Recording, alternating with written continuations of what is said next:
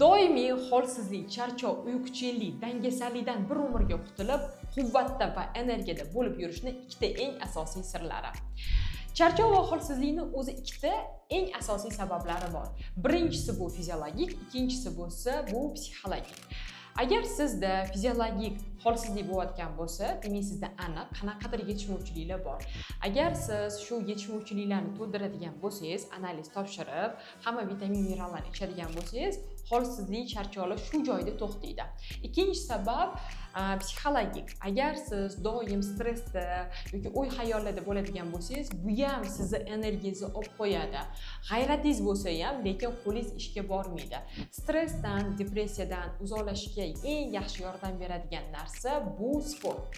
Hech bo'lmaganda yurib yuguradigan bo'lsangiz, bunda kayfiyatlaringiz ko'tariladi, baxt gormonlaringiz ishlab chiqariladi va sport bilan shug'ullanganda energiya oshadi.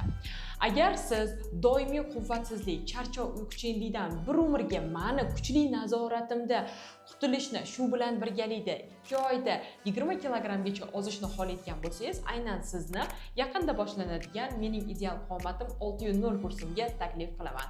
Kursda qatnashish uchun kommentariyaga plus belgisini yozib qoldiring.